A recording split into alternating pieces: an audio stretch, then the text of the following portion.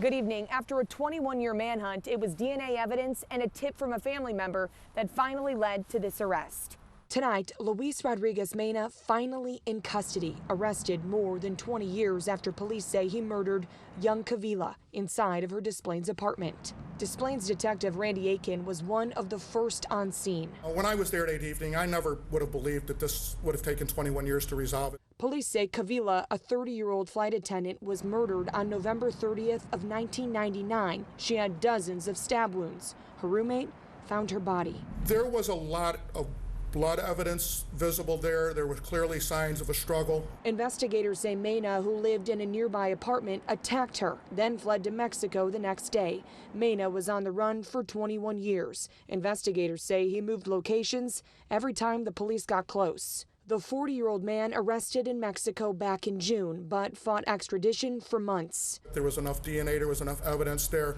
that we could ultimately tie it to somebody at some point in time.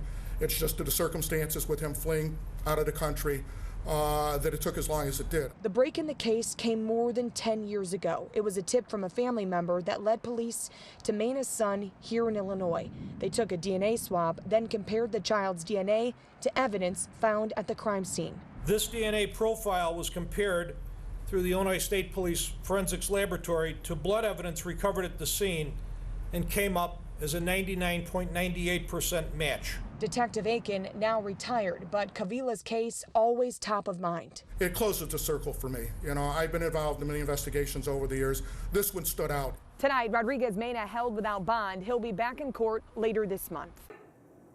Hey, if you like that video, be sure to subscribe to our ABC7 Chicago YouTube channel.